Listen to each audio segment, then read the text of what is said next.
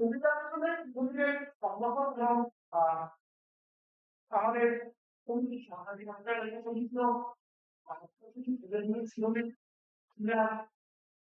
মজার বিষয় হচ্ছে সিলেটের চালু আলোচনা ছবি আপনারা জানেন সিলেটের আহ একসময় পূর্ণ বাংলাদেশের হিন্দু আন্দোলন সেটা ছিলেন কমিউনিস্ট সংঘর্ষ আন্দোলন কিন্তু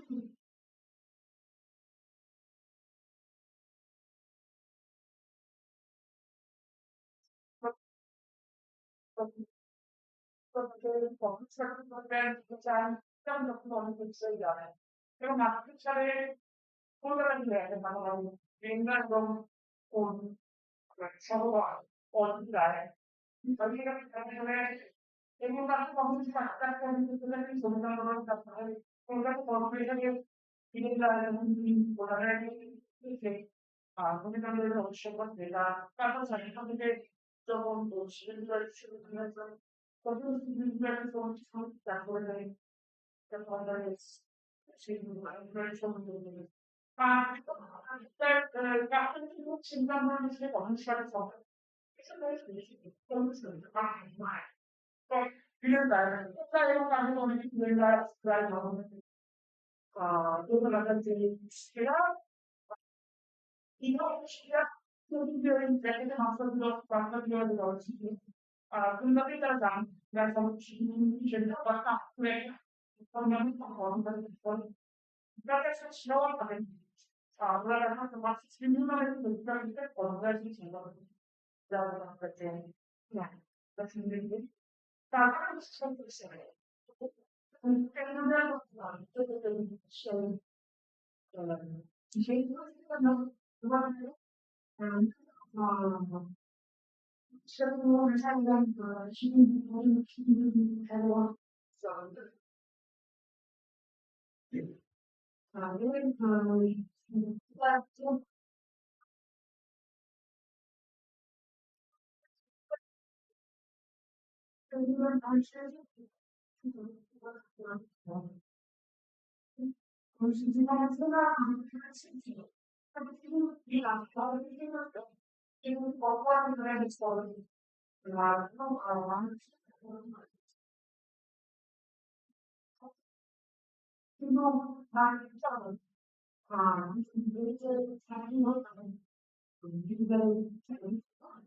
আর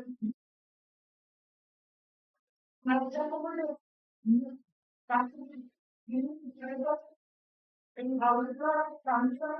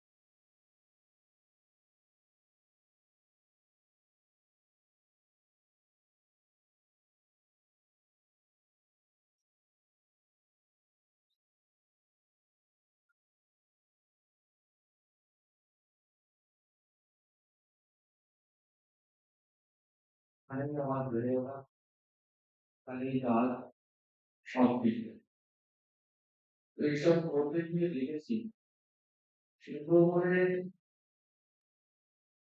প্রথম বলতে আমরা যাদেরকে দেখেছি মাঠে কাজ করা কৃষিতে মিলে নানা সাথে সেটা আজ থেকে ২০-২৫ বছর আগে দেখেছি যে একটা আমন ধান চাষের পর প্রচুর লোক কাজ করতে যেত মাঠে বীজ করা তৈরি করার মধ্যে এবং বীজ করা রোপণ সেগুলো পরে ধান কাটা মাড়াই ঝাড়াই যাই হোক না কেন সেগুলোতে একটা প্রচুর স্থানীয় মানুষ তার জন্ম করতো আর দেখেছি যে মাটি কাটা মাটির কাজ সেগুলো আবার দেখেছি যে ওই সময় রাস্তা তৈরি করতে রাস্তা ছিল না তো সেই রাস্তা তৈরি করার জন্য মাটি কাটার একটা সিজন সংগ্রাম বাংলাদেশ তারপরে রাস্তা তৈরি করা নদী বাঁধে তারপরে এই বর্ষার নদী বাঁধে মাটি দেওয়া এইসব সরকারি কাঠামো ছিল। কিন্তু এখন এগুলো চলে গেছে। এইগুলো দেখে আর আগের ছিল এসে দেখি একটা যে প্রতিদিন কাজে বাংলাদেশ যেগুলো শহরের আমাদের উপর কিভাবে কাজে করতে শহরের সংবাদ রাজনীতি তখন তো গ্রামে পাহাড়ি বলে ছিল না আমি ছোটবেলায় দেখেছি একটা দুটো পাহাড়ি কিন্তু সেই মানুষগুলো সকলে এসে রাজনীতির কাজ করতো এগুলো সুন্দরবন বলুন আর আমাদের গ্রাম বলুন ওই গ্রামের যারা শ্রমিক তাদের এই ধরনের কাজকর্মের নদীর বা অনেকে তাদের কাজ করে এমন দেখেছি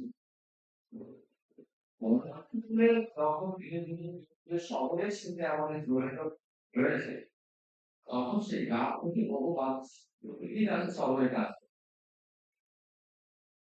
আর সুন্দরবন এমন একটা জায়গা আপনারা সবাই কম বেশি জানেন যে এখান থেকে আমার বাড়ি সোজা করলে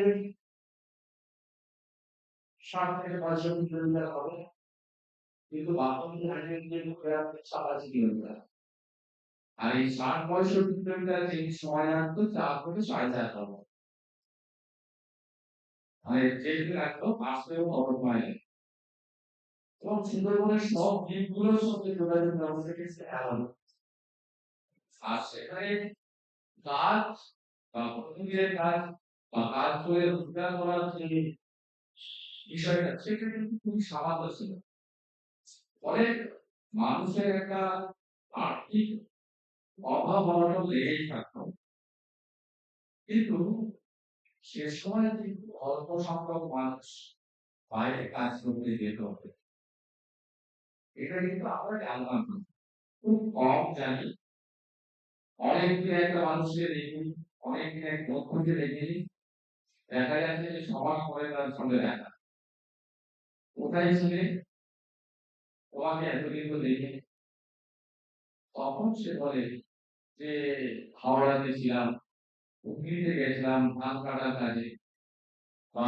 মেটিয়ারপুরে গেছিলাম সেলাইয়ের কাজে আবার কেউ কেউ বলতো যে আমি মহারাষ্ট্রে গেছি মূলত মুম্বাই গুজরাট ব্যাঙ্গালোর বা দিল্লি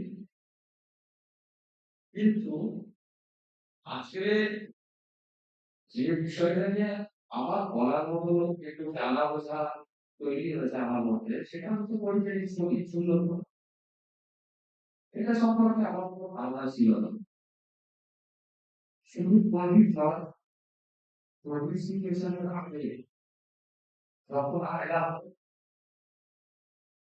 আয়লা হয়েছে 2009-এর 25-এ এই আয়লাটাতে সুন্দরবনের ভয়ঙ্কর ভাবে নদীর জল উঠছে নদীবা উঠছে সুন্দরবনের অধিকাংশ জায়গা ভেসে যায় ঠিক এইরকম আরেকবার আমার দেখা 1995 সাল খ্রিস্টাব্দ তো এই সময় এই মে মাসে এরকম 20 তারিখের পর আমার এক্সাক্ট তারিখটা মনে পড়ছে না আরেকটা কিন্তু এই ঘোড়াপটালের ফলে নদীবা উঠছে সুন্দরবন প্লাবিত হচ্ছে এই বছরগুলোর পর থেকে সুন্দরবনের 4 বছর সকালে ছড়িয়ে আছে এবং বছরগুলোর আগে আমরা দেখতাম বাসন্তী বিস্তৃত এলাকা এবং সারা বাড়ি চণ্ডীগঞ্জ বিভিন্ন জায়গায় কিছু উৎকৃষ্ট মানের ফসল চাষ হয় যেমন তার মধ্যে একটা উল্লেখযোগ্য হচ্ছে তরমুজ তরমুজটা কিন্তু সুন্দরভাবে চাষ হয় এবং আমার বাড়ির কাছে তরমুজ চাষ হয় প্রচুর আর লঙ্কা আমরা দেখেছি বাসন্তী, গোসাবা, হিঙ্গলগঞ্জের যোগেশগঞ্জ, গোসাবা, নীলফামারী, মোল্লাখালী, এই জায়গাগুলো হচ্ছে শুকনো লঙ্কা বড় বড় বাগান। আর কাঁচা লঙ্কারও বাগান। উচ্ছে, তরমুজ, লঙ্কা, এগুলো ছিল কিন্তু সুন্দরবনের একটা বিস্তীর্ণ এলাকার মানুষের চাষের ফসল। মানে আমন ধান চাষের পর এইগুলো কিন্তু অনর্গল ফলে এই চাষগুলো হতো বলে মানুষের জন্য গর্ব। কিন্তু এই ৯৫ আগের ছয়বার বেশ ভয়ঙ্কর ঘূর্ণিঝড় ঘূর্ণিঝড় থেকে এলাকা ডুবে যাওয়া এগুলো রয়েছে দেখে অল্প বিস্তর। কিন্তু সবচেয়ে মনে থাকার মতো সাইক্লোন এবং মানে বন্যা পদার্পণ হয়েছিল। তারপরে অনেক চাকরি আত্মহত্যা করে। কারণ কি এই তরমুজ চাকরি ও এখন বলতো কলকাতার কিছু দালালের কাছ থেকে টাকা নিয়ে নিল। যাদের তোমরা তরমুজ বিক্রি করতো বা অন্যান্য ফসল নিয়েছিল। এদেরকে ওই অর্থ তুলে সরকারি সুদ দিল এবং সেটা অনেক তখনকার সময় ৩০, ৪০ বা ৫০ হাজার টাকা ঋণ করতো। ফলে এই সময় থেকে চা সরকার মাথা এবং সুন্দরবন অঞ্চলের বিস্তীর্ণ এলাকায় নোনা ফেরি তৈরি হয়। মানে চিংড়ি চাষ এবং নোনা জলের মাছ চাষের শুরুটা কিন্তু ওই সময় থেকে ভয়ঙ্কর ভাবে ছিল আগে, কিন্তু ওই সময় থেকে হয় এবং চাকরির জমি চলে যায় পানি দিলে ভাবে একজন বা হাজার ছবিরা প্রথম জিনিস দিয়ে তারা চিংড়ি চাষের তৈরি করে খাওয়া করে গভর্নমেন্টের যে সমস্ত নিয়ম কানুন আছে সেগুলো তারা পায় এবং সহজেই মাছ চাষে লবণ দিয়ে এই কথা বলে তাদেরকে দিনের পর দিন স্থান দেয়। এই সমস্ত আরো আর একেবারে সকল না করা হচ্ছে ছিল না মানে ছিল না। তো সেক্ষেত্রে তারা জঙ্গল নির্ভরশীল ছিল। আজও দাঁড়িয়ে আছে এবং হঠাৎ করে নির্ভরশীল যেভাবে ছুটি আছে কিন্তু মাছ কাঁকড়া মুখ সংগ্রহ করা এবং বেশি দামে বিক্রি করা এটা কিন্তু ভীষণ রোদের একটা কাজ এবং প্রায় দিয়েই করে না। কিন্তু কিছু কিছু মানুষ যারা করে তারা মানে তাদের ভাবনায় কিছু কি করে ছুটি হয় অন্য পর্যন্ত যদি সামান্য রোজগার হয় তাহলে সে অনেক কাজকর্ম করবে। ফলে এই সময় থেকে ওই ৯৫ পর থেকে ধীরে ধীরে ধীরে ধীরে ধীরে ধীরে এই সুন্দরবন এলাকার মানুষের বাইরে যাওয়া শুরু এবং তারা গিয়ে দেখলো এখানে কাজ করে সারাদিনে যে পয়সাটা সে পায় কর্মস্থলে গিয়ে বা শহরগুলোতে এসে সে কাজ করে তার ডাবল রোজগার করছে বা সে ওভারটাইম থাকার সুযোগ পায়। ফলে কাজ করে তার এখানে আমার একটা প্রবণ এর কিছু ভালো দিক ছিল আর এর মধ্যে কিছু খারাপ দিক তখন থেকে ঢুকে গেল। আগে থেকে ছিল কিন্তু সেই সময় আরো চূড়ান্ত ভাবে ঢুকলো। তার মধ্যে একটা মানে দুটো পার্ট আছে মানে খুব বেদনা দেখে সেটা হচ্ছে কিছু তারা রয়েছে প্রমাণ যারা ওই অঞ্চলের মানুষদেরকে কাজ করার নাম করে দিয়ে যায় কিন্তু তাদের পারিশ্রমিকের একটা অংশ তারা নিয়ে নেয়, একটা পার্সেন্টেজ তারা নেয় এবং সেইভাবেও সেখানে সেখানে লোকজন যাচ্ছে এবং ভালো মানুষের সঙ্গে গেলে কখনো তারা তাদের বুঝতে পারছে অধিকাংশ মানুষ সুবিধা পায়নি। তারা করছে কি ঈদের পর দিন তাদের রোজগারের টাকা পাঠিয়ে দিচ্ছে।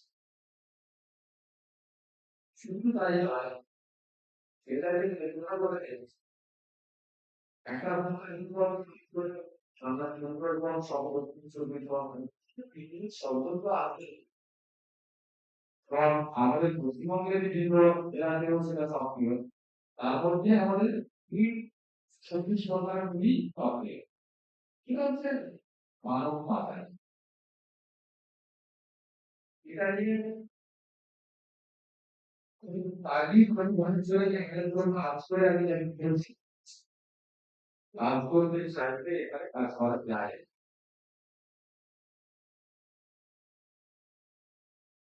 প্রচুর মায়েরা আছে এবং প্রচুর অপরিচিত মেয়েরা আছে যাদেরকে কাজ এবং প্রেম ভালোবাসা ইত্যাদি প্রলোভন দেখিয়ে অন্য কিছু করে পায়, প্রলোভন দেখিয়ে। আর তার যে আরো যেটা মানে আরো যেটা প্রথম থাকে তাদেরকে না অনেক বড় বড় স্বপ্ন দেখানো হয়। ব্যক্তিগতভাবে আমি একটা স্কুলে পড়াই, সেই স্কুলে পড়া অনেক ছাত্ররা নিজের পরবর্তী করেছে। তাদের মধ্যে যে একজনকে আমরা যেভাবে তুলে তাদেরকে বাড়িতে দেওয়ার চিন্তা করেছিলাম, তাদের কাছ থেকে যা তুলেছি সেই গল্পটা নিয়ে যে কিন্তু মানুষটাকে যারা না এদের পিছনে একটা ইনভেস্ট করে, যে 1 লক্ষ টাকা বা আরো বেশি তার পিছনে ইনভেস্ট করে দিল, তাকে একটা মোবাইল কিনে দেওয়া, তাকে একটা সোনার গহনা করে দেওয়া।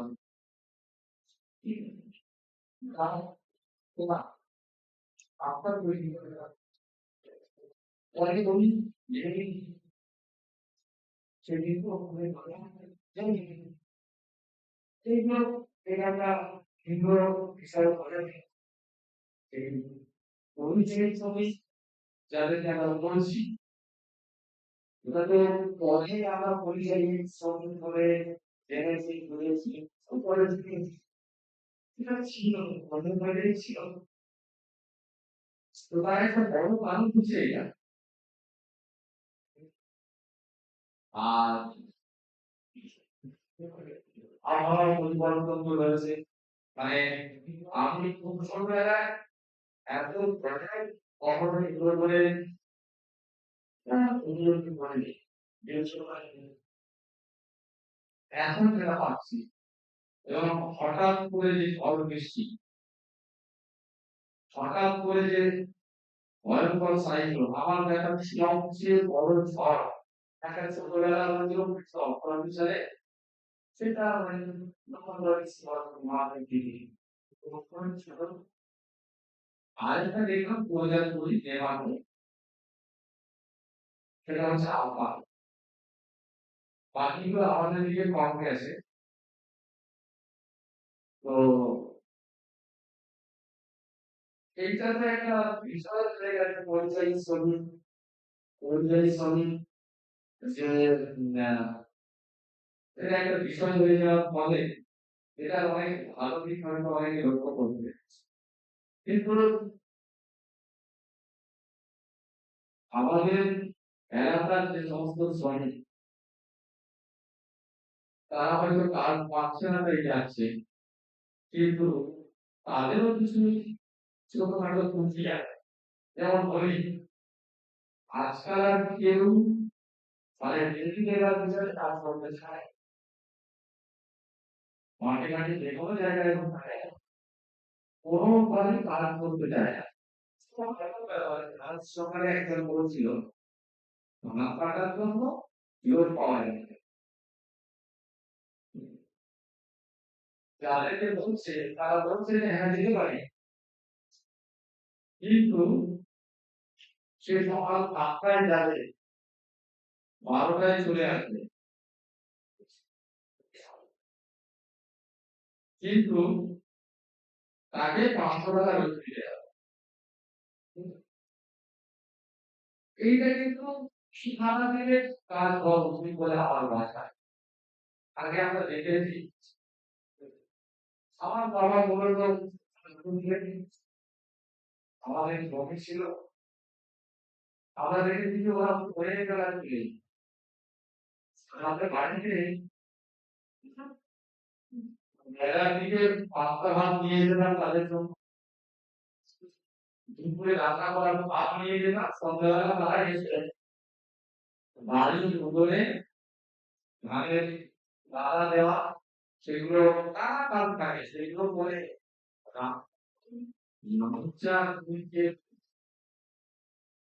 সেটা আমার মনে হয় যে ঠিক না। আবার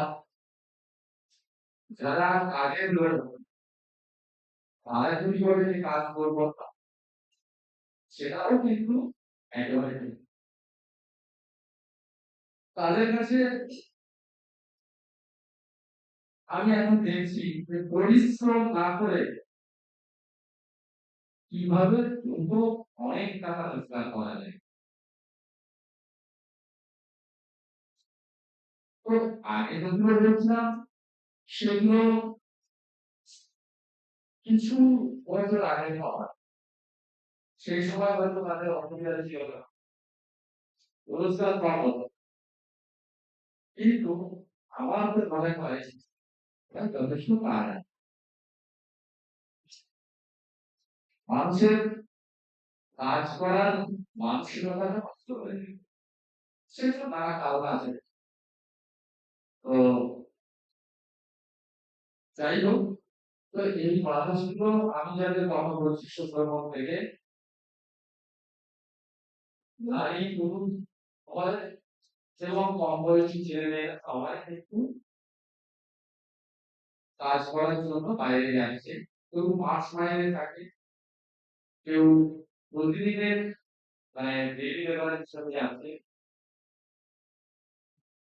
তো মহিলারা মূলত সেখানে গিয়ে বাড়িতে নানা ওই যে থালা বাসন পত্র মাজা, কাপড় চোপড় পরিষ্কার করা, কর্মচারী প্রতিদিনের যে কাজ সেই কাজটা করে।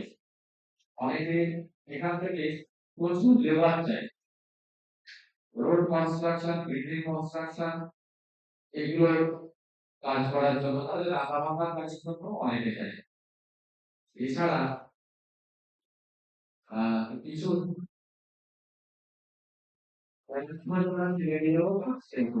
আমি বলি আমরা নিজেদেরই উন্নতি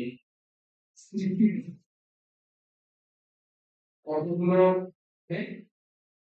এমপ্লয়ারদের ট্রেনিং প্রোগ্রাম করলো, সেখানে এসটি এসসি ওবিসি ছেলে মেয়েদেরকে ফাইটার ট্রেনিং করিয়ে ধরাধরি তাদেরকে প্লেসমেন্ট দিত। সেই উদ্যোগটা আমরা নিয়েছিলাম। তো তারপরে টাটা ইলেকট্রনিক্স ওরা সুন্দরবন থেকে এইচএস পাস কিছু ছাত্রদের স্কুলের সেই উদ্যোগটাও আমরা নিলাম। এছাড়াও বিভিন্ন কোম্পানি বিভিন্ন এজেন্সির মাধ্যমে কিন্তু কাজ করতে যাচ্ছে, সেক্ষেত্রে অনেক সুবিধা। কিন্তু অসুবিধার জায়গা যেগুলো একেবারে ডেলি লেবার ছাড়া, যারা দালাল মারফত যাচ্ছে তারা কিন্তু বিপদে পড়ছে, টাকা পয়সা ঠিকঠাক পাচ্ছে না, শরীর খারাপ হয়ে যাচ্ছে, তাদের চিকিৎসা নানা অসুবিধা, চিকিৎসার ক্ষেত্রে অনেক গাফিলতি, শুধুই মানে জানছে না ওখানে গিয়ে কিভাবে সেই চিকিৎসা পাবে যাবে, মাথা বড় এরকম কথা। অনেকে মারা যায়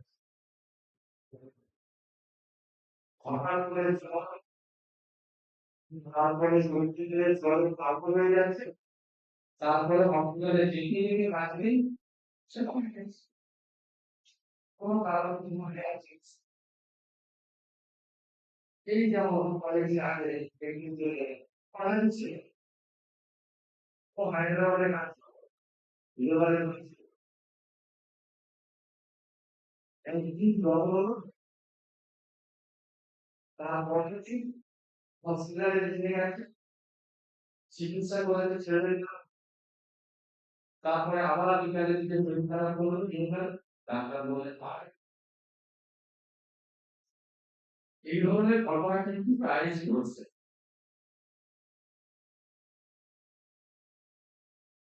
তো যাই হোক, বর্তমানে আমাদের পশ্চিমবঙ্গ সরকারের সহদপ্তরের অধীনে পশ্চিমবঙ্গ পরিযায়ী শ্রমিক কল্যাণ পর্ষদ হয়ে একটা পর্ষদ রয়েছে, শুনেছি। তো তারা নানা উদ্যোগ নিয়েছে, তাদেরকে বেরিয়ে আনা, তার খরচ, তাদেরকে দাহ করা, কবর দেওয়া, এ সমস্ত খরচ খরচা বাবদ তারা একটা আর্থিক সহায়তা, পরিবারকে আর্থিক সহায়তা ইত্যাদি ইত্যাদি করতে। কিন্তু এতে গেলে নানা যে সমস্যা সেক্ষেত্রে সেগুলো রয়েছে, আমার মনে হয় এগুলো থাকবে। তো আমার আসলে এই কয়েকদিনে আমি যতটুকু জেনেছি বা বুঝেছি, পরিযায়ী শ্রমিক সুন্দরবনে ছিল,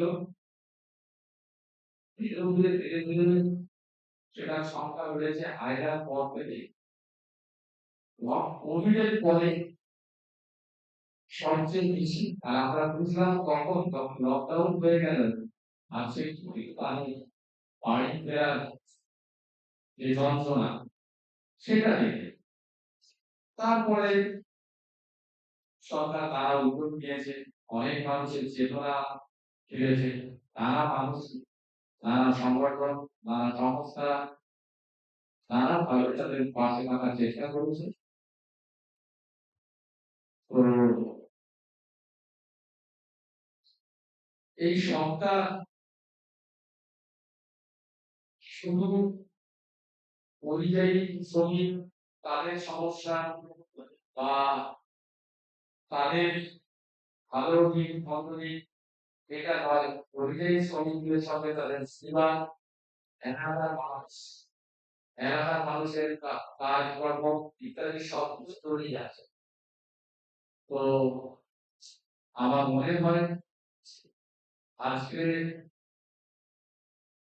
এই বিষয়ে যে উত্তর দিয়েছি সেগুলো খুবই মারাত্মক। আর আমরা যদি বারবার এই ধরনের আলোচনায় অংশগ্রহণ করি, আমি তো সামান্য জানি, আমি সামান্য যতটুকু জেনেছি ততটুকু বলার চেষ্টা করলাম। আরো বেশি বেশি করে যখন আমরা আলোচনায় অংশগ্রহণ করবো, আমার না জানা বিষয়গুলো আমি আরো বেশি ভালোভাবে জানতে পারবো।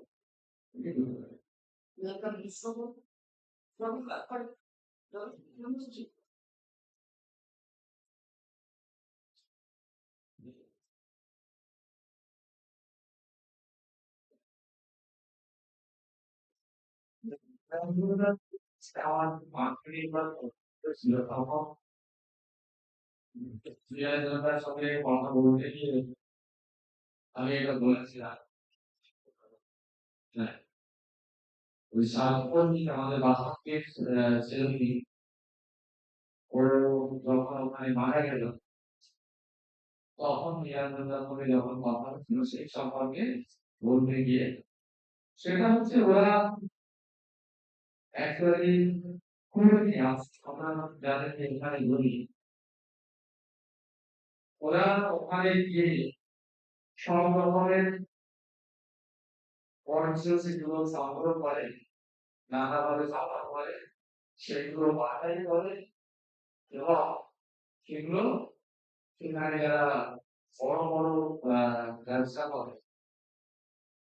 তাদেরকে তারা বিক্রি করে, বা বিভিন্ন সেপারেট কোম্পানি গুলো আছে যারা রিসাইক্লিং এর কাজকর্ম করে, তাদেরকে তারা বিক্রি করে। তো এরকম কিন্তু একাধিক হয়। আমার পাড়াতে বা আমার গ্রামে এরকম অনেক মানুষ আছে যাদেরকে আমি ছোটবেলায় দেখেছি, যে খুবই অভাবী, কিন্তু এখন দেখছি যে হঠাৎ করে একটা আদিবাসীর ঘর, ইন্দিরা আবাস যোজনার একটা ঘর হয়ে গেল, গভর্নমেন্ট দিল, তার সঙ্গে আরো বেশ কিছু টাকা যুক্ত করে ও একটা সুন্দর দোতলা বাড়ি করছে, যার ব্যয় প্রায় 10 থেকে 15 লক্ষ টাকা। শুধু তাই নয়, ওরা পুকুরের জলে স্নান করতে চাইছে, এছাড়াও একটা গভীর নলকূপ খনন করেছে। তো আমি বললাম, কি হলো কাকা, বাড়িতে কি নলকূপ করছো, এটা বসাচ্ছ? বললো, হ্যাঁ, আসলে বিদ্যুতের থেকে ওখানে তো কলের জলে স্নান করে অভ্যাস, ফলে আমার কি করবো ওখানে? বললাম, ভাই একটা প্রভাব আছে, আমি ছোট ছোট প্রকৃতির থেকে নিই, সেটা বাছাই করি আর কোম্পানি করে বিক্রি করি, এবং কেন লাভ হবো আমি না। এবং পরিষ্কার করলো যে সে 10 বিঘা জমি রয়েছে, এরকম একজন নয়, এরকম বলছে গ্রামের নিচে হাতগুলো ছিনিয়ে নিয়ে তারা বেরিয়ে যায়, এবং এখানে কি করছে, ম্যাগনেটিক শক চলে যাচ্ছে। বিরাট জন্য জানে আয়লার বলে আমেরিকার বলে একটা জায়গা আছে, সেখানে আমরা একদম আন্তরিক শ্রদ্ধা সেখানে কোনো ডাইনামিক একদম করে একটা কনভারসেশন আমরা এখানে করবেন, তার মানে একটা সামনে গভর্নমেন্ট করেন আমরা আমাদের শুনলাম রাস্তাঘাটে 3 কিলোমিটার 4 কিলোমিটার প্রোগ্রাম তাদের করে। তো সেই সময় আমরা অনেক বন্ধুদের সহযোগিতায় সেই চিন্তায় ছেড়ে দিয়ে এর উপর দরকারে আরেকটা মাস্টার পুলিশ বাবা বলে ভেতরে সুবিধে রেখে ভর্তি হয় মাঝখানে এসে পরীক্ষা পরীক্ষাটা যদি দেখা যায় পুরো বাবা তাদের কার্টুনিরা কাকুরা এরকম সব কোন দেয় কে তারা চলে যায়, কারণ তাদেরকে বাঁচে দেখুন তাদের কাছে তাদের কিন্তু টার্গেটটাকে তারা ধরতে পারে না। তো এর মধ্যে অনেক আছে এই বিষয়টা তোমাকে আমি ব্যাংকগুলো শেখানো আমি সন্ধান করে চিন্তা করেছি পরিচালনা বা সঠিক করার জন্য তবে আছে বলতে চাইছি না, সেইটা হচ্ছে যে অনেক মায়েরা আছে যারা ওখানে পরিচালিকা কাজ করতে গেছে, কিন্তু আসল কাজ তারা করছে যে তারা তাদের অনুভব করে। এটা আমাদের কাছে একদম সন্তান, তবে আমাদের পারিবারিক জীবনে আইনি স্তর পরিচয়ে অনুসন্ধান করে নেওয়ার পরে এটা সম্পর্কে ভালো জানার চেষ্টা কোনো মা বোন স্বীকার করতেও চাইছে না। ওই কাজে আমাকে সঙ্গে আমি মোবাইল মোবাইল করেছিলাম, তারা এই ধরনের কাজ কর্ম করতে হচ্ছে, তারা কিন্তু জানতো না এবং এই যে নিষিদ্ধ কর্মীদের তারা যে হ্যাঁ মানে সেক্স ওয়ার্কার হিসাবে কাজকর্ম করছে, এটা একটা ভয়ঙ্কর সত্য। অনেকে কিন্তু চায় না এই সমস্ত মহিলাদেরকে এগিয়ে যাওয়া হোক। তারা চায় না কালকে যারা বলা হচ্ছে যে তোমাকে একটা বাড়ি থেকে কাজ দেবো, তুমি ধীরে ধীরে করে আসতে হবে, 15 থেকে 20 হাজার টাকা পাও, তোমার সংসারটা ভালোভাবে চলবে। কিন্তু আলটিমেটলি যখন তাকে নিয়ে যাওয়া হবে সে কিন্তু একটা অবদান জায়গায় অবস্থান করছে, এগুলো আছে। তো আরো বেশি এগুলো নিয়ে আমাদের আলোচনা করা উচিত। আর বেশি বেশি করে আমার মনে হয় যে সরকারি ব্যবস্থাপনা সরকারি দপ্তর দেখাতে পারে এর ভালো মন্দ বিচার করে ভালোটাকে আরো বেশি মানে সেটা আরো বেশি কার্যকর করে তোলা আর খারাপটাকে প্রতিরোধ করা। এই সবাইকে ধন্যবাদ।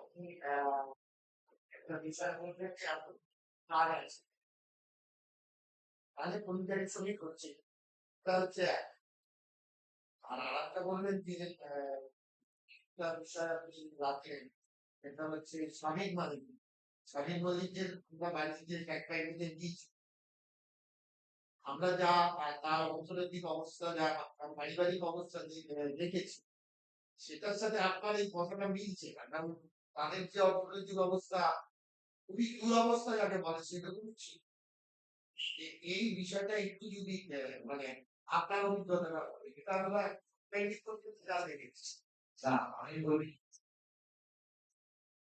স্বামী বলি একা হয়। হ্যাঁ, এই ধরনের মানুষ স্বামী বা ছেলে অনেকই পারে ওগুলো যাওয়া নিয়ে আমার কোনো আপত্তি নেই। কারণ তো ও অনলাইনে যদি যায় ও তো কাজ করতে গেছে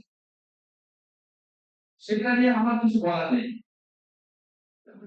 আমার বলার বিষয় হচ্ছে যে এলাকায় কাজ আছে আপনারা বলছেন যারা চাইবে যে আমি আমার জীবনের যে অর্থনৈতিক চাহিদা শখের তো শেষ থাকে না চাহিদা তো শেষ থাকে না।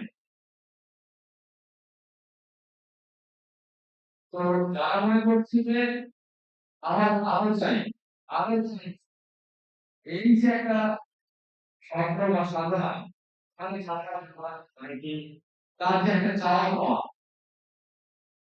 এই জায়গা থেকেই অনেকে যাচ্ছে আমি এটার কথাই বলছি। কিন্তু দেখুন কাজ করতে চাইলে এলাকায় অনেক কাজ আছে সত্যি অনেক কাজ আছে পুকুর আছে খাল আছে সরকারি নানা প্রকল্প আছে নিয়ে আমি একটা কথা বলি গ্রামের অধিকাংশ মানুষ মাত্র ছিলেন চাল পায় রেশন থেকে। গ্রামের অধিকাংশ মানুষ এখনো আয়ের রিলিফটাও পায়। এছাড়া গভর্নমেন্ট যেভাবে এই নানা ছোটখাটো সহযোগিতা করছে এগুলোকে অবলম্বন করে মানুষ কাজ তো করতেই পারে। এবারে আমি যদি মনে হয় যে আমি এটা করবো আমি ওটা পাল্টাই থাকবে এবারে তুমি কি বলছো যে আমার কথা বলছো যিনি জমিদার যিনি হয়েছেন উনি দোতলা বাড়ি করেছেন বাড়িতে একটা নিয়ন্ত্রণ করেছেন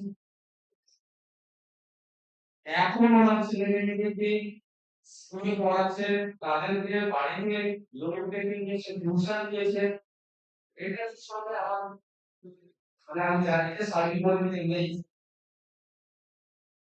কিন্তু মানুষ যদি চেষ্টা করে আমি সুস্থভাবে বলতে কথা বলছি স্বামী বলতে কোনো লোকজন আর আমরা যারা আজকে এখানে বসে কথা বলছি আমরা যদি সবাই মনে করি যে এলাকাতে মানুষ থেকে কাজ করুন তার যে স্বল্প চাহিদা তার যে ছোট চাওয়া পাওয়া সেগুলো কোনো কারণে কিন্তু করে মানুষের জীবন জীবনে করা হবে তাহলে এবার পাচ্ছি মানে এটাই এবং এটা আপনি অনুশীলন আমি দেখেন আপনার বাচ্চা আমাদের নিজেরা আগে বা কলকাতায় আমি আমার দেখাচ্ছ কথাই বলছি একটা অবশিষ্ট মানুষের মানুষ সন্ধ্যার দিকে দেখবে যে ফাঁকা জায়গায় বসে তারা অ্যান্ড্রয়েড মোবাইল নিয়ে তারা নানা ধরনের যে সমস্ত জুয়ার যে অ্যাপস উঠেছে সেগুলো তারা পয়সা দিয়ে কিনেছে এবং জুয়া খেলেছে। আমার কোনো ধারণা নেই এটি সেখানে জুয়া খেলে এমন পয়েন্ট তারা হতে পারে। আমি বলছি যে এগুলো শনিবার শেষ করার আগে তার মানে সঠিক নিয়ম কানুন হিসেবে করুন, কিন্তু যার জীবনের ঝুঁকি আছে যে ওখানে গিয়ে মারা গেছে সে ওখানে নাকি এই বিশেষ লোকগুলো সেখানে বেশি কাজ করবে। এটা আমার মনে হয় তাই বলা। সবাইকে আবার ধন্যবাদ জানিয়ে শেষ করি।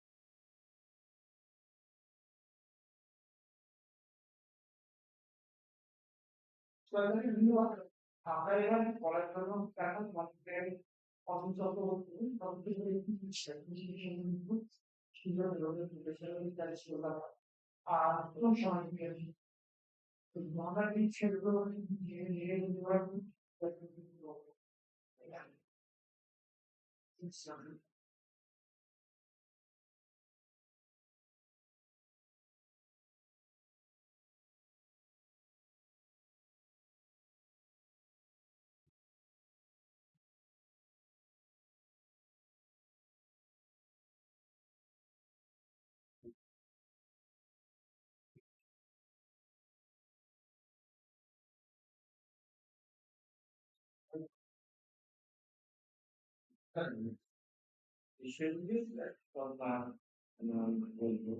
অধিকার এবং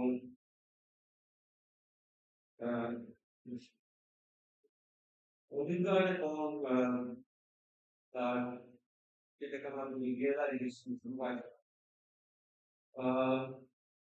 সেইটি নিয়ে বলতে গেলে প্রথমে শুরু করতে হয় আমার সংবিধান।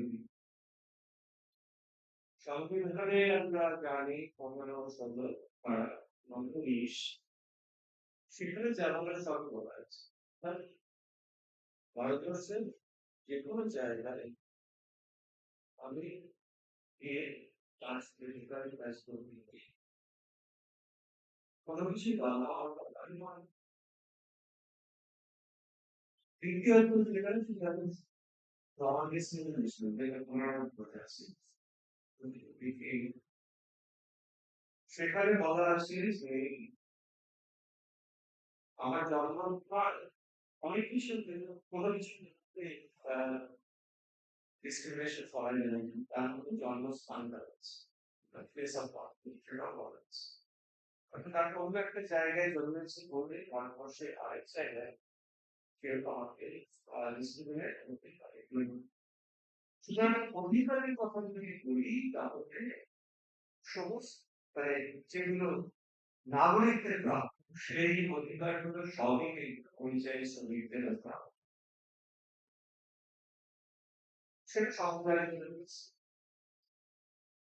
কিন্তু তাহলে পরিযায়ী শ্রমিকদের নিয়ে যে একটা আলোচনা করে শ্রমিক তাদের অত্যন্ত এবং সেখানে স্থানীয় যেখানে তারা কাজ করছে সেখানে সম্মুখীন হতে পারে কখনো হয় এখানে সরকারের ব্যাপারটা আছে। তাহলে এই যেগুলো দেখছি তাহলে পরিবারের সামনে নিয়ে যাওয়া তাহলে অধিকারটা তো শুধুমাত্র দেখছি শুধুমাত্র থাকে না, যদি অধিকার বাস্তবায়িত করতে হয় তাহলে সেই অধিকারটা আছে এক হচ্ছে তারা দান করবে এবং সেই দানটা তার কাছে থেকে। এবার বিভিন্ন রাজ্যে আপনি বলি যেটাকে বলা হয় যে ওয়েলফেয়ার রেজিমস রাজ্যগুলোকে বলা হয় বিভিন্ন রাজ্যে কিন্তু শ্রমিকদের তাদের ন্যায্য পাওনা নিয়ে বেশ কিছু আইডিয়াস থাকে এবং কিছু কিছু আছে যেগুলো কল্যাণমূলক আর কিছু অ্যাক্টের মাধ্যমে করা আছে। অর্থাৎ কেরালায় যেমন মাইগ্রেন্ট ওয়েলফেয়ার অ্যাক্ট 2010 যেমন সেই অ্যাক্টের বলে শক্তি অ্যাক্টের বলে যেটাকে বলা হয় ওয়েলফেয়ার ফান্ড। এই ওয়েলফেয়ার ফান্ডের যে মডেলটা কেরালা অনেক বেশি প্রসারিত। আমরা এখন সেটা দেখতে পাই। সেটা হচ্ছে যে মূলত অর্থনৈতিক ক্ষেত্রে সেখানে তাদের তার জন্য একটা ওয়েলফেয়ার ফান্ডের কনসেপ্ট কেরালায় ফান্ডের কনসেপ্ট নিয়ে আসে। সেটা হচ্ছে যে নিয়োগকারী এবং সরকার এবং তার সঙ্গে শ্রমিক ও সামান্য সেখানে কন্ট্রিবিউট করবে করে একটা ফান্ড তৈরি এবার সেই ফান্ড তারা বিভিন্ন ধরনের সুযোগ সুবিধা এই ওয়েলফেয়ার ফান্ড কিন্তু অসংখ্য শ্রমিকদের জন্য কিন্তু ওয়েলফেয়ার ফান্ড আর ওয়েলফেয়ার বোর্ড এমনকি ওই যারা নারকেল গাছে নারকেলের তারই যারা সংগ্রহ করে কোয়ালিটি অ্যাডভার্স করে সেই কোয়ালিটি অ্যাডভার্স যারা তাদের জন্য আমাদের অধিকার তারপরে যারা নারকেলের সোমরা দিয়ে তৈরি করা তাদের জন্য আলাদা ওয়েলফেয়ার করছে এই ওয়েলফেয়ার ওয়েলফেয়ার ফান্ড এইটা কেরালা ভীষণভাবে গভীর এবং তার সুযোগ দিয়েছিল সুবিধা নিয়ে গেছে। আমরা জানি যে পশ্চিমবঙ্গ থেকে একটা বিরাট সংখ্যক মানুষ কেরালায় কাজ করে এবং কেরালার আকর্ষণটা কিন্তু কিছু কম নয়। এটা শুধুমাত্র মজুরি দিয়ে বলা যাবে কিন্তু মজুরির কারণে নয় মজুরি তো অবশ্যই বেশি কেরালায় মজুরি মোটামুটি ভাবে 800 থেকে 900 টাকা একজন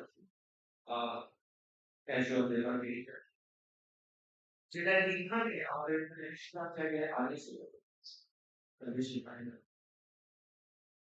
কখনো কখনো একটু বেশি এই ভাই বলছিল যে তারা কাজ করতে দেয় না পশ্চিমবঙ্গে কিন্তু সব সরকার যে সরকার পশ্চিমবঙ্গ সম্পর্কে বিষয় তৈরি প্রসেস করে তো তার বিরুদ্ধে বলছি পশ্চিমবঙ্গে কিন্তু মজুরি পার অনেক রাজ্যে থেকে দেশ আর আর যেটা এটা অর্থনীতিতে একটা জিনিস আছে সেটাকে বলা হয় ভ্যালুয়েটেড পার করা অর্থাৎ একজন শ্রমিক কতটা মূল্যযুক্ত করছে উৎপাদনে সেই হিসেবটাও যদি করি তাহলে পশ্চিমবঙ্গের একটা খুব সামগ্রিক পশ্চিমবঙ্গে কম এটা কারণ কি কারণ হচ্ছে বেশিরভাগ ছোট ছোট যে নিয়োগগুলো সেগুলো বেশিরভাগ ক্ষেত্রে নিয়োগ হচ্ছে একজন মাত্র বা কখনো পুরোটাই যেটাকে বলা হয় ওন অ্যাকাউন্ট এন্টারপ্রাইজ মানে হচ্ছে আমি ওয়ার্কার এটার সংখ্যা হচ্ছে প্রায় 92%। তো এই যেখানে অর্থনৈতিক অবস্থা সেখানে আমি বাইরের কথা পাই বিমান এটা হচ্ছে যে পানি ছিল জায়গাটা ছিল বাস জমিতে কাজ করতে চাইছে না কখন মজুরি বেশি কাজ করতে চায় সেটা তাদের জেনে নিয়ে তাদের রেট সেই মজুরি সেক্ষেত্রে পেরালায় গিয়ে তার দ্বিগুণ করেছে তো ফলে একটা আকর্ষণ শুধু মজুরির দিকটাও আছে এবার মজুরি দিয়ে পরিচয় তৈরি হয় না সেটা হচ্ছে যেটাকে আমরা বলি ডেস্টিনেশন প্লেস যেখানে সে যাচ্ছে সেখান থেকে অরিজিনেটেড হচ্ছে সোর্স প্লেস এই সোর্স প্লেস আর ডেস্টিনেশন প্লেস তার পরিস্থিতি আমরা তাহলে কিন্তু পরিযায়ী শ্রমিকের এই চলনের একটা আমরা দিয়ে কিরকম বলি এটা হচ্ছে যে কেরালা থেকে পরিযায়ী শ্রমিক তারা প্রথম রাজ্যের দেশগুলোতে থেকে শুরু করেছে 70 দশকের পুরাতন 70 দশকের কাছে তাহলে কেরালা থেকে তারা অন্য রাজ্যে চলে গিয়েছে পশ্চিমবঙ্গ বা উড়িষ্যা থেকে তারা কেরালা সুতরাং এই ডাইনামিক্সটা আমি যদি বলে চেষ্টা করি তাহলে যে কেরালার 70 তিনি তখন এই দেশের বাইরে কাজ যখন যাচ্ছে তার জন্য একটা সক্ষমতা দরকার। এই সক্ষমতাটা আছে, এই সক্ষমতাটা আছে শিক্ষা থেকে। তো যে শিক্ষা আমার যদি স্কুল শিক্ষা যদি সম্পূর্ণ হয় এবং আমার যদি ওই নেটওয়ার্ক ট্রান্সলেশন তৈরি হয় তাহলে আমি কিন্তু দুবাইতে কাজ শুনতে পারি। কিন্তু পশ্চিমবঙ্গের সেই নেটওয়ার্কটা কম এবং আমরা যাকে বলি মানব পুঁজি সেটাও অভাব, যে কারণে পশ্চিমবঙ্গ কিন্তু ওই সুযোগটা এখন নিতে পারছে না। এবার প্রশ্ন হচ্ছে যেতে হচ্ছে কেন, চলে যেতে হচ্ছে কেন? আমাদের সবসময় একটা উদ্বেগ থাকে যে রাজ্য ছেড়ে সবাই চলে যাচ্ছে। আমি কিন্তু গোটা ভারতবর্ষ থেকে সব রাজ্য থেকেই কম বেশি কিন্তু চলে যাচ্ছে। সুতরাং টোটালি উদ্বেগ, উদ্বেগ যেটা তা হচ্ছে যে পশ্চিমবঙ্গ থেকে যারা যাচ্ছে তারা কি পুঁজি নিয়ে যাচ্ছে এবং সেই পুঁজিটা কিন্তু তার দর কষাকষি ক্ষমতা ঠিক করে দেয়। অর্থাৎ আমার মানব পুঁজি যদি হয় অষ্টম শ্রেণী তাহলে কিন্তু আমার দর কষাকষি জায়গাতে আমি দেখতে পারবো ইতিমধ্যেই বেড়ে বসে আছে। অর্থাৎ একজন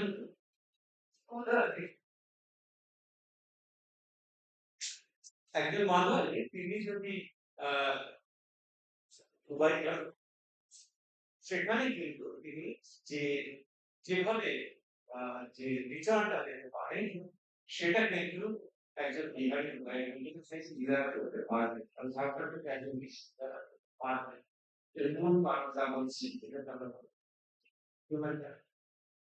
তাহলে সেরকম পরিজন শ্রমিকদের অবস্থান হচ্ছে একটা হচ্ছে পুরোপুরি কিছু অর্থনৈতিক যুক্তি আছে। সেই যুক্তি নিয়ে যদি আমি বোঝার চেষ্টা করি তাহলে অনেকটা পরিষ্কার হয়ে যায় যে অধিকারে যাওয়ার আগে কিন্তু এই অর্থনৈতিক যুক্তিগুলো যদি একটু চালিয়ে দিই তাহলে কিন্তু অধিকার সুরক্ষিত হওয়ার বা না হওয়ার সম্ভাবনাটা অনেকটা বুঝে হবে। এরপরে যে কথাটি আমি বলবো আমি বেশি সময় নেব না। পরিযায়ী শ্রমিকের সম্পর্কে যে বিভাগগুলো আমরা দেখি সেটা কিন্তু বেশিরভাগ জায়গাতে আমরা দেখতে পাই সেটা হচ্ছে তাদের কিছু অবস্থা। এই যে বিচ্ছিন্নভাবে শুধু শ্রমিকের দুরবস্থা এটা কোনো শেষ নেই। এটা থেকে কিন্তু আমাদের কোনো বিশ্লেষণের জায়গায় নিয়ে যায় না।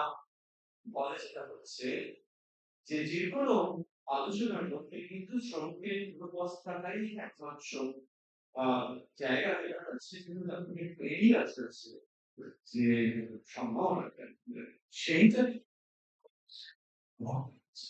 কেন? তার কারণ হচ্ছে যে তার জন্য একটি পরিসংখ্যান এবং সেই পরিসংখ্যানটা বেশিরভাগ রাজ্যে থাকে না। ইদানিংকালে একটু শুরু হয়েছে।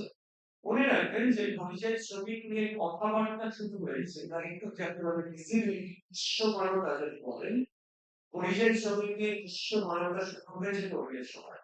আর আমি কিন্তু এটা অর্থনীতি একেবারেই অদৃশ্য।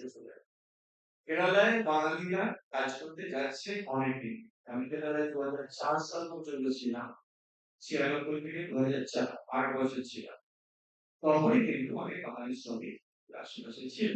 তাদের সঙ্গে কথাবার্তা হয়েছে।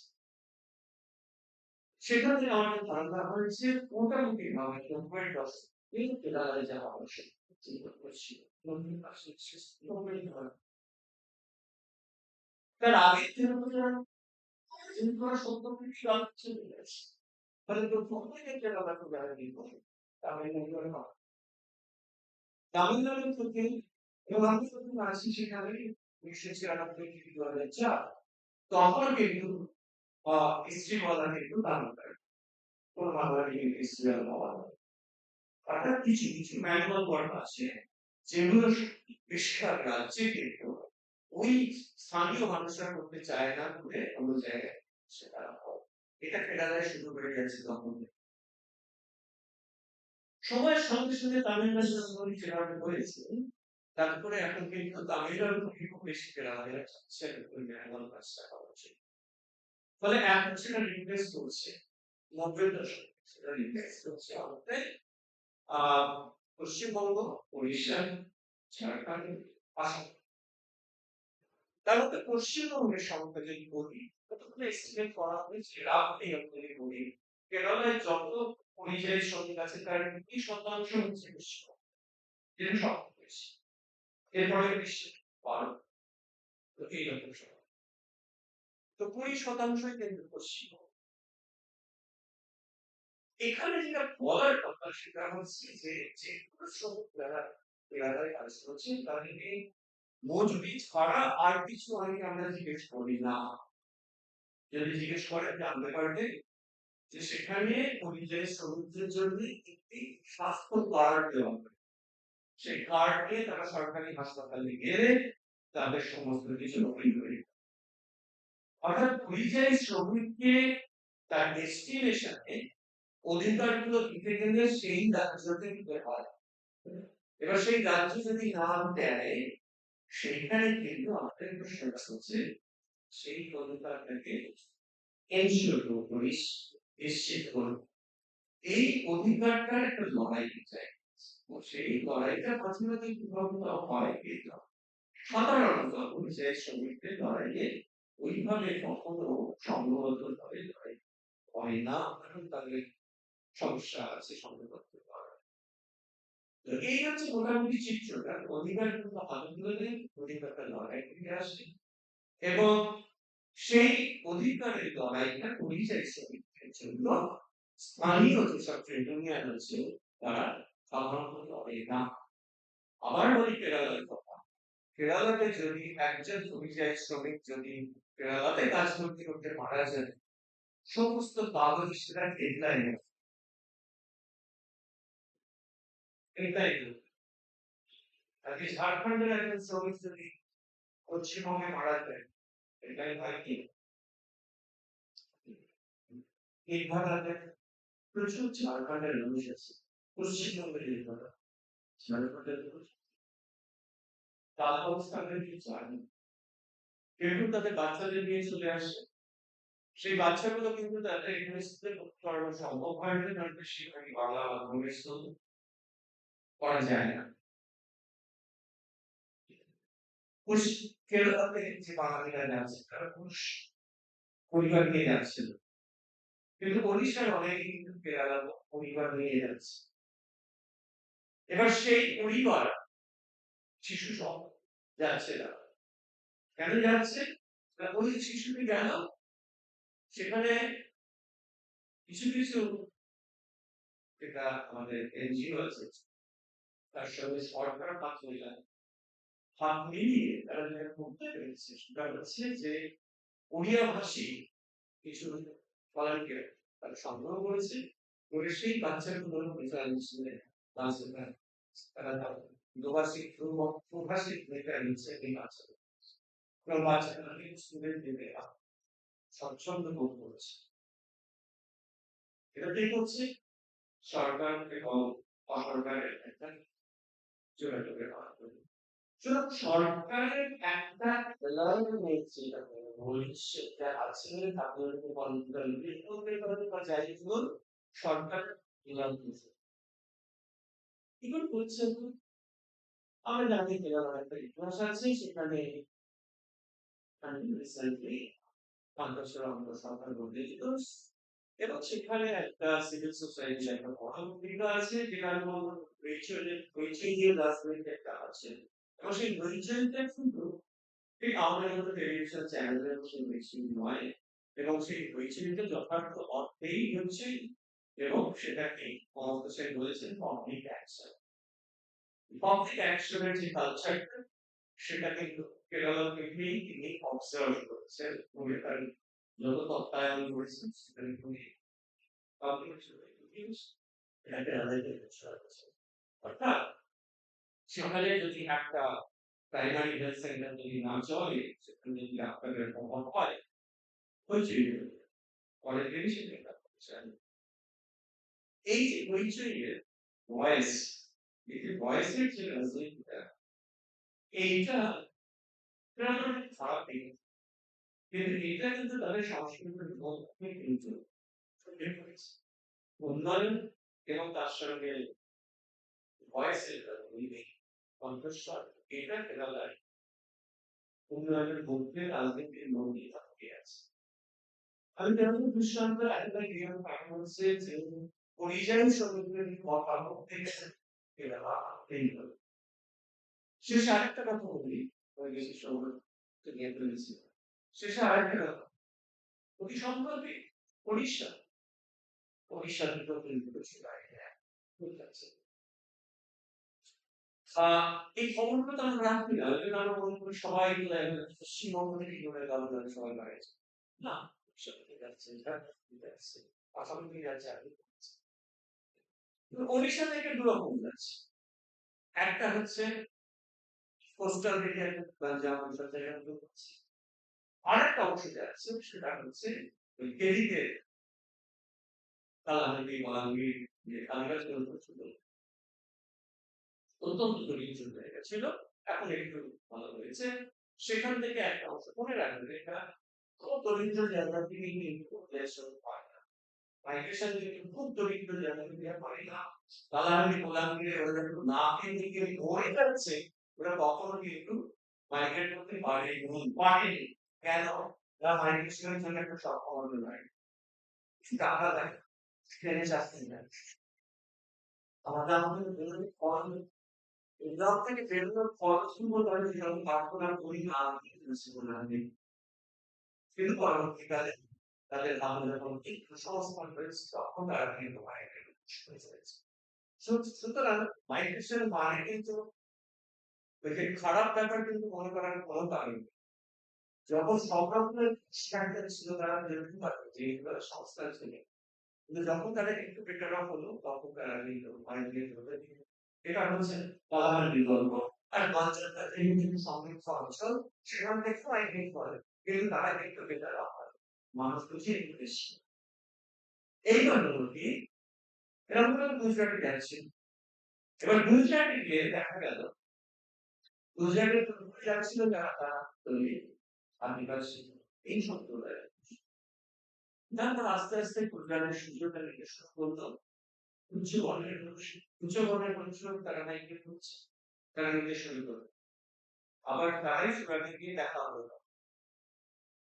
সুরাটে গিয়ে উচ্চ বর্ণের সঙ্গে দলিতদের দেখা হলো তাদের ঘটনাটা ঘটলো দলিতরা তাদের প্রমাণ করবেন যে গ্রামের মধ্যে যে জাত পাঞ্চা ছিল সেটা আমার সুরাটে ছিল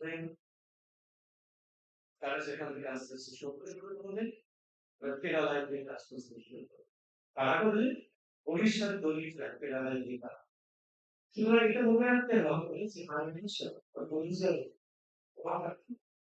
ফিনান্সিয়াল শুরু করতে পশ্চিমবঙ্গ সেটা ক্ষমতা আমাদের ইউজ হয় না অন্তত জাপানের দিক থেকে পরিযায়ী গভর্নমেন্ট একটা ইনহেন্সিকে ট্রেনিং দেয় না এবং সেটা কিন্তু পরিষ্কার আমি দৃষ্টান্ত দিয়ে বললাম যে এরকম ঘটনা ঘটেছে এগুলো যা বলছি প্রত্যেকটা কিন্তু নানান রকমের স্টাডি রিপোর্টের ভিত্তি শেষ করি এই যেটা বলে যে তাহলে দেখছেন যে পরিযায়ীদের অধিকার নিয়ে বলতে গেলে কিন্তু আমাকে কিন্তু স্তরে এবং সেখানে আমি কেরালাতে অনেকদিন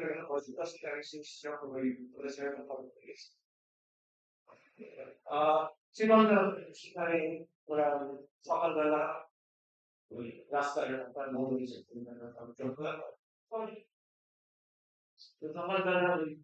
হচ্ছে তাদের সঙ্গে কথা বলতে গেছি একটা করে ভাইরাস বাইরে একটা কথা বলছে একজন বলছে এটার সামনে দাঁড়িয়ে প্রক্রিয়াটা দেখছে এবং ওই জগন্নাথ দাঁড়িয়ে থাকতে থাকতে অনেক কথা খুব যেটা বোঝা গেল যে ওরা মাঝে 15 থেকে 16,000 টাকা দিতে পারে প্রতি মাসে তার মানে রোজগারটা করতে হচ্ছে তাহলে 15,000 টাকা অনেক কিনতে পারি আমি জিজ্ঞেস করলাম আরো কোথায় ছিলেন তিনি ছিলেন আসলে তাদের বেনিফিট করে ওই মাটির কাছাকাছি সেখানে চিংড়ি মাছের যে প্রক্রিয়াকরণের জায়গাগুলো আছে সেখানে তিনি হ্যান্ডেল চিংড়ি ছাড়ানোর কাজ করতেন কত পেতেন কিন্তু আর এখানে এখন আমি কত পাচ্ছি 850 টাকা দিয়ে কেন দিতে হবে যাচ্ছে। এবার প্রশ্ন হচ্ছে যে তাহলে অর্থনীতিটা কিভাবে চলেছে? কেরালায় কোন টাকা মজুরি দিয়ে তখন তাদের অর্থনীতিটা চলছে কিন্তু এইটাই হচ্ছে বলার জায়গা। আমাদের এখানে মনে করা হয় যে অর্থনীতিটাকে চালটা থেকে মজুরি কম রাখতে হবে। যেটা যখন দেখা যাচ্ছে সরকারের মজুরি বেড়ে যাচ্ছে, লোক পাওয়া যায় না। যদি লোক না পাওয়া যায় বলতে হবে আমাদের শ্রমিকদের অবস্থা ভালো হয়েছে। সেটা কিন্তু কম করা এই ধরনের আমাদের শ্রমিকদের অবস্থা ভালো হচ্ছে। তারা শ্রমিকদের ক্ষমতা বেড়েছে। তাহলে শ্রমিক কর্মচারীর ক্ষমতা বাড়ে, মজুরি বাড়ে। কিন্তু মজুরি বাড়ে কিন্তু একটা অসুবিধা হয়। তাহলে কয়েক বছর আগে ওটা মনে করল অন্ধ্রপ্রদেশে সেখানে কৃষক যারা জমি আছে যাদের বড় কৃষকরা তারা হঠাৎ খুবই ক্ষুব্ধ হয়ে পড়লো। তারা ভীষণ চেঁচামেচি শুরু করে দিল। কেন? বললো যে অ্যাকশন গ্রেড কাজ বন্ধ, এলজি এনার্জি বন্ধ। কেন? তাই এই এলজি এনার্জির জন্য আমার জমিতে কাজ করার লোক পাচ্ছি বন্ধ করে। তখন এগ্রিকালচার মিনিস্টার অন্ধ্রপ্রদেশ তিনি একটু দারুণ করেন। তিনি বললেন এই জন্যই তো এনার্জিটা করা উচিত এবং আমরা করেছি এই এনার্জিটা করেছি এই কারণেই যাতে শ্রমিকরা মজুরি তোমরা যদি দিতে না চাও শ্রমিক দিয়েছে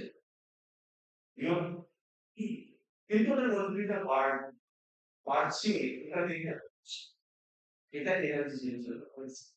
অর্থাৎ শেষ কথাটা বলি সেটা হচ্ছে যে পরিযায়ী রক্ষা কিন্তু সামগ্রিকভাবে শ্রমের বাজার এবং মজুরির হার এই সামগ্রিকভাবে স্থানীয় অর্থনীতি এগুলোকে বাদ দিয়ে তো হতে পারে। সুতরাং অধিকারের লড়াইটার জন্য যেটাকে আমরা বলি অনুকূল পরিস্থিতির একটা দরকার হয়। এবার সেই অনুকূল পরিস্থিতিটা কিন্তু আমাদের অর্থনীতিতে আসে। যে অনুকূল পরিস্থিতির জন্য শ্রমিকরা বেটার ডিল পাচ্ছে কেরালাতে, ওই রকম অনুকূল পরিস্থিতি নিশ্চয়ই অন্য রাজ্যে সম্ভব উন্নত কিছু এই কারণে। তো সুতরাং সেই দিকটা যদি আমি লক্ষ্য রাখি তাহলে কিন্তু আমি ওই শ্রমিকদের অধিকার বা শ্রমিকদের শ্রমিকদের অধিকার তো বেশ হিসাবে তো ফোর্সের করে কোনো লাভ নেই। অনেক এনজিও আছে যারা ফোর্সে কাজ করে তারা ডাকের কাজে কাজে তাদের মিটিংয়ে সোর্সে কি করছেন না সোর্সে আমি সচেতনতা দরকার আছে। কিসের সচেতনতা? যাতে তারা এখানে কিছু করেন বাইরে উন্নয়ন আমাকে সংবিধান সংবিধান আমাকে অধিকার দিয়েছে যেগুলো জায়গায় লাভ তাহলে রাজ্যের মধ্যে আমি যাতে থেকে যাই তার জন্য আপনার এত ব্যবস্থা করার কোনো দরকার নেই। আমি আমার পেছনে পাহাড় বাড়ি চলে গেছে এই কলকাতা বিশ্ববিদ্যালয়ে আছে ওরা জন্য চলে যাবে। এই নিয়ে তো কারণ উদ্বেগের কোনো কারণ নেই। তাহলে উদ্বিগ্ন কখন হব? এটা প্রতিটি এনজিওকে ঘুরে ঘুরে সকলে ওদের সংগ্রহ রেখেছে। বারবার বলছি উদ্বিগ্ন তখনই হবে যখন আপনি দেখবেন যে সরকারের শ্রমিক এখানে যখন এইভাবে কাজ করছে তার ছেলে মেয়ে যখন স্কুলে চান্স পাচ্ছে না করছি আপনারা উদ্বিগ্ন হন কিন্তু অর্থাৎ পরিযায়ী শ্রমিকের অধিকার যে রাজ্য থেকেই তার ডেস্টিনেশনে তার নিশ্চিত করতে হবে এটাই হলো আমি চেষ্টা করছি সেটা হচ্ছে আপনি গিফট কার্ডের কথা বলেন গিফট কার্ড ওখানে ফ্রি ফ্রি কিন্তু ওই বড় কিছু কিছু জিনিস আছে যেমন টেকনোলজিক্যাল টেস্ট ইত্যাদি ইত্যাদি সেগুলো বারবারই সুবিধা মানে এস্টাবলিশমেন্ট কস্ট যেটা সেটা আমাদের তার মানে রাজ্য এরকম নিয়ে বলবেন এস্টাবলিশমেন্ট গভর্নমেন্ট ও আছে হ্যাঁ একটু বেশি মানে সবার খরচ বেশি এটা। আর ওরা ভাবছেন যেভাবে সেটা হচ্ছে যে একটা পরে ১০ থেকে ১২,০০০ পাচ্ছে। শেয়ার এটা নিয়ে একবার হইচই হয়েছিল।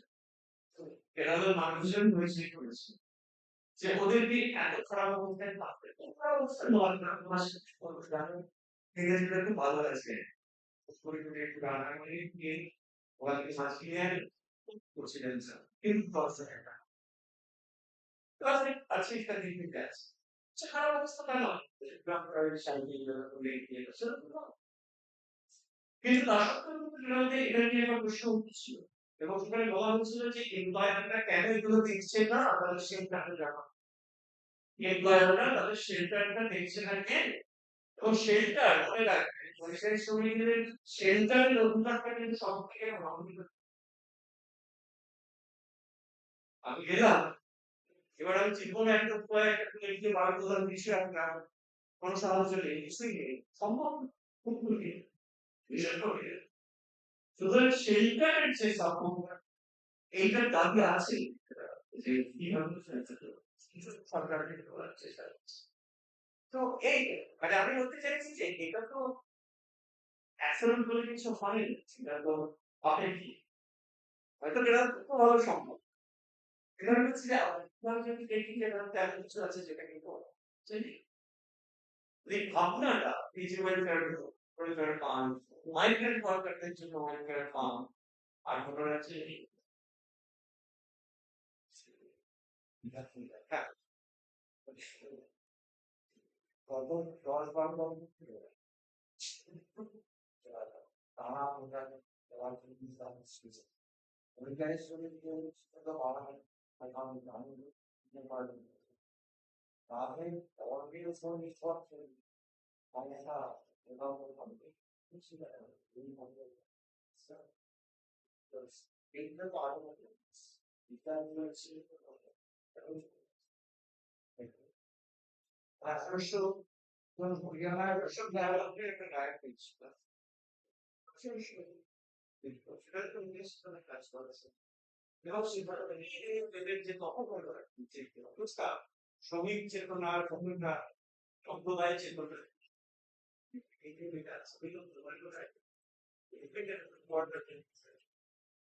সুতরাং এটা কিন্তু পাশাপাশি চলেছে শুধু আজকের মতো নয় কিন্তু চলেছে কিন্তু পাশাপাশি একটা বাম আন্দোলন বাম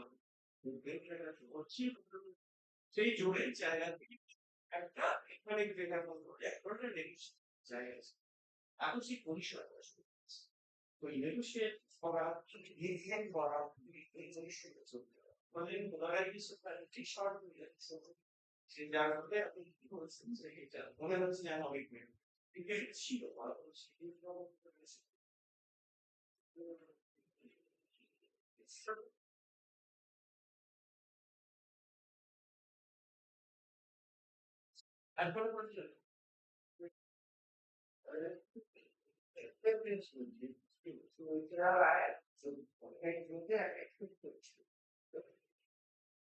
কিন্তু আমাদের প্রমাণ যেমন ডিজাইন দেখা এখন কি জায়গায় তাহলে তাদের ইঙ্গিত করবে যেমন আমেরিকা পাবলিক ইন্ডিয়া এক মানে ওইখানে